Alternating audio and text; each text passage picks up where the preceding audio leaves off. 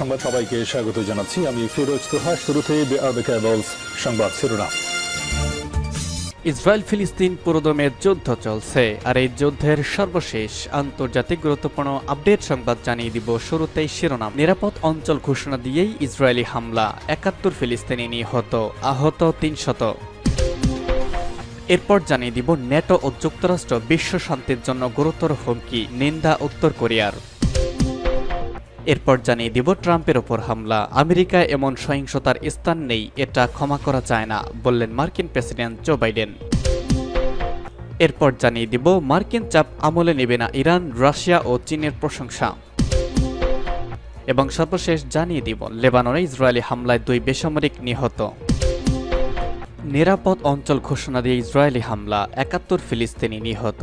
ফিলিস্তিনের অবরুদ্ধ গাজা উপত্যকায় চলমান যুদ্ধে নিরাপদ অঞ্চল হিসেবে ঘোষণা দেওয়া আল মাওয়াশি এলাকায় প্রাণঘাতী বিমান হামলা চালিয়েছে ইসরায়েলি বাহিনী। গতকাল ইসরায়েলের এই হামলায় সেখানে অন্তত ৫১ জন ফিলিস্তিনি নিহত হয়েছেন। হামলায় আরও ২৮৯ জনের বেশি আহত হয়েছেন বলে গাজার হামাস নিয়ন্ত্রিত স্বাস্থ্য মন্ত্রণালয়ের একটি বিবৃতিতে জানানো হয়েছে।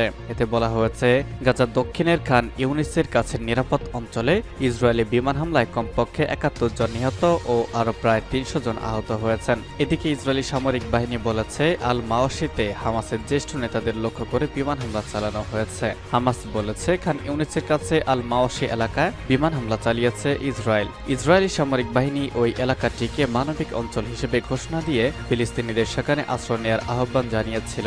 ইসরায়েলের একজন কর্মকর্তা বলেছেন, হামাসের সামরিক শাখার প্রধান মোহাম্মদ দেবকে লক্ষ্য করে আল মাওয়াশির এক উন্মুক্ত এলাকায় হামলা করা হয়েছে। ওই এলাকায় কেবল হামাসের সদস্যরা ছিলেন, সেখানে কোনো বেসামরিক লোকজন ছিলেন না। খান ইউনিসে হামাসের কমান্ডার রাফা সালামাকেও এই হামলা লক্ষ্যবস্তু করা হয়েছিল।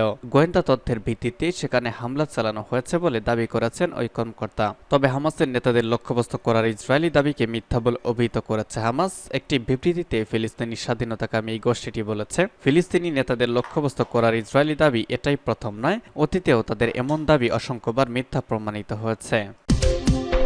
ন্যাটো ও যুক্তরাষ্ট্র বিশ্ব শান্তির জন্য গুরুতর হুমকি, বলছে উত্তর কোরিয়া। ন্যাটো ও যুক্তরাষ্ট্রকে বিশ্ব শান্তির জন্য গুরুতর হুমকি বলে নিন্দা করেছে উত্তর কোরিয়া। ন্যাটোর একটি ঘোষণাপত্রে পিয়ংইয়ং এর বিরুদ্ধে ইউক্রেন যুদ্ধে রাশিয়াকে সহায়তা করার অভিযোগ আনা হয়। গতকাল এই ঘোষণাপত্রে সমালোচনা করে এমন মন্তব্য করেছে দেশটি। ব্রিটিশ বার্তা সংস্থা রয়টার্স এই খবর জানিয়েছে। বুধবার উত্তর কোরিয়া ও ইরানের বিরুদ্ধে সরাসরি মস্কোকে সরাসরি সামরিক সহায়তা দিয়ে যুদ্ধে ইন্ধন যোগানোর অভিযোগ করেছেন ন্যাটো নেতারা। শীর্ষ এই বৈঠকে কিয়েভের জন্য সদস্যপদের প্রতিশ্রুতির ওপর জোর দিয়েছেন তারা। একই সঙ্গে মস্কোকে সমর্থনের জন্য চীনের বিরুদ্ধে আরও শক্তিশালী অবস্থান নেন। পররাষ্ট্র মন্ত্রণালয়ের একজন মুখপাত্রে বরাত দিয়ে উত্তর কোরিয়ার রাষ্ট্রীয় সংবাদ মাধ্যম KCNA জানিয়েছে, 10 জুলাই ওয়াশিংটন সামিট ডিক্লারেশন প্রকাশ করা হয়। ঘোষণাপত্রটি এটি প্রমাণ করে যুক্তরাষ্ট্র ও ন্যাটো তাদের সংঘাতের হাতিয়ারে পরিণত হয়েছে এবং বিশ্ব শান্তি ও নিরাপত্তার জন্য গুরুতর হুমকি হয়ে দাঁড়িয়েছে। প্রতিবেদনটিতে আরও বলা হয়, দক্ষিণ কোরিয়া ও জাপান সহ ন্যাটো রাষ্ট্র এবং এশিয়ান অংশীদারদের সঙ্গে সামরিক জোট সম্প্রসারণে নেওয়া মার্কিন পদক্ষেপগুলো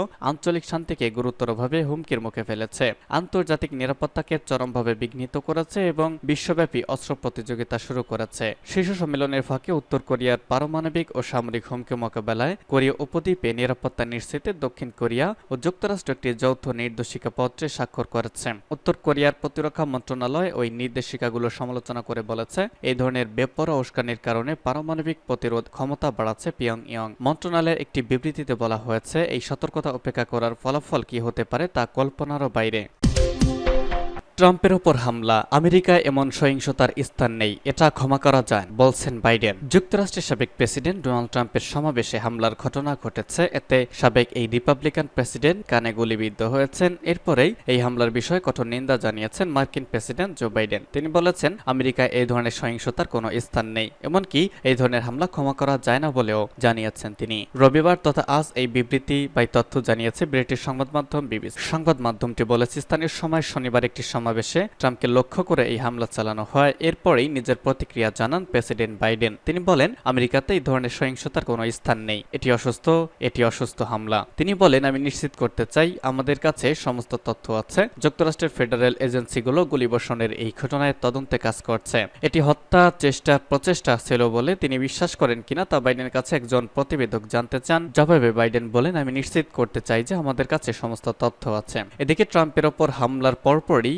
মার্কিন প্রেসিডেন্ট জো বাইডেন একটি সংক্ষিপ্ত বিবৃতি দেন। সেখানে তিনি বলেন, পেনসিলভানিয়ায় সহিংস এই হামলার ঘটনায় সবাইকে নিন্দা করতে হবে। তিনি বলেন, আজ শনিবার রাতে ডোনাল্ড ট্রাম্পের সাথে কথা বলার বিষয় আশা করছেন। তিনি আরো বলেন, সমাবেশে হামলার সময় যা ঘটেছিল সে সম্পর্কে তাকে পুঙ্খানুপুঙ্খভাবে অবহিত করা হয়েছে। তিনি বলেন, আমি ডোনাল্ড ট্রাম্পের কাছে তার সঙ্গে কথা বলার চেষ্টা করেছি। তিনি এখন তার ডাক্তারদের সাথে আছেন। মার্কিন ডেমোক্রেটিক প্রেসিডেন্ট বলেন, আমরা এই ধরনের হামলা ঘটতে দিতে পারি না। আমরা এমনটাই হতে পারি না। আমরা এটি ক্ষমাও করতে পারি না। উল্লেখ্য, স্থানীয় সময় শনিবার যুক্তরাষ্ট্রের পেনসিলভানিয়া অঙ্গরাজ্যের বাটলার শহরে এই হামলার ঘটনা ঘটে। হামলাকারী নিজেও আইন শৃঙ্খলা রক্ষাকারী বাহিনীর গুলিতে নিহত হয়েছেন। গোয়েন্দা কর্মকর্তারা জানিয়েছেন, ট্রাম্পকে লক্ষ্য করেই এই হামলা চালানো হয়েছিল এবং এটি ছিল গুপ্ত হত্যার প্রচেষ্টা। মূলত আগামী নভেম্বর মাসে প্রেসিডেন্ট নির্বাচন হবে যুক্তরাষ্ট্রে। সেই নির্বাচনে রিপাবলিকান পার্টি প্রার্থী হিসেবে প্রতিদ্বন্দ্বিতা করবেন ট্রাম্প। নির্বাচনের প্রচারে গতকাল বাটলার শহরে গিয়েছিলেন তিনি। সেখানেই অস্থায়ী মঞ্চে বক্তব্য দিতে ওঠার পরই এক পর্যায়ে এই হামলার ঘটনা ঘটে।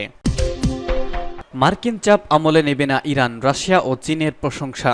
ইরান কোনো প্রকার মার্কিন চাপ আমলে নেবে না বলে জানিয়েছেন দেশটির নবনির্বাচিত প্রেসিডেন্ট মাসুদ পেজেশকিয়ান। গতকাল প্রকাশিত একটি বিবৃতিতে এই কথা বলেছেন তিনি। ওই বিবৃতিতে চীন ও রাশিয়ার সঙ্গে ইরানের বন্ধুত্বের বিষয়টিও তুলে ধরেছেন। ব্রিটিশ বার্তা সংস্থা রয়টার্স এই খবর জানিয়েছে। পেজেশকিয়ান একজন মধ্যপন্থী নেতা, যিনি নির্বাচনে কট্টরপন্থী প্রতিদ্বন্দ্বী সায়েদ জালিলিকে পরাজিত করেছেন। পূর্ববর্তী নেতাদের মতো তিনিও পুনর্ভুক্ত করেছেন, ইরান পারমাণবিক অস্ত্রের মালিক হতে চাচ্ছে না। তেহরান প্রতিবেশীদের সঙ্গে সম্পর্ক প্রসারিত করবে এবং ইউরোপের সঙ্গে জড়িত হবে বলেও জানিয়েছেন তিনি। পেজেশকিয়ান বলেন, যুক্তরাষ্ট্রকে এই বাস্তবতা স্বীকার করতেই হবে এবং বারবার এটি বুঝতে হবে, ইরান চাপে সাড়া দেয় না এবং ইরানের প্রতিরক্ষা মতবাদে পারমাণবিক অস্ত্র অন্তর্ভুক্ত নয় এবং তাও করা হবে না। নতুন বিশ্বের কাছে আমার বার্তা শিরোনামের বিবৃতিতে দৈনিক তেহরান টাইমসে প্রকাশিত হয়। ইরানে একটি বাস্তবসম্মত পররাষ্ট্রনীতি প্রচারের প্রতিশ্রুতি দিয়েছেন 69 বছর বয়সী সাবেক এই কার্ডিয়ান সার্জন। 2015 সালে পরমাণু চুক্তির 15 নিয়ে পশ্চিমা শক্তিগুলোর সঙ্গে গঠনমূলক আলোচনা করার আহ্বান জানিয়েছেন পেজেশকিয়ান। এই চুক্তির আওতায় ইরানের ওপর আরোপিত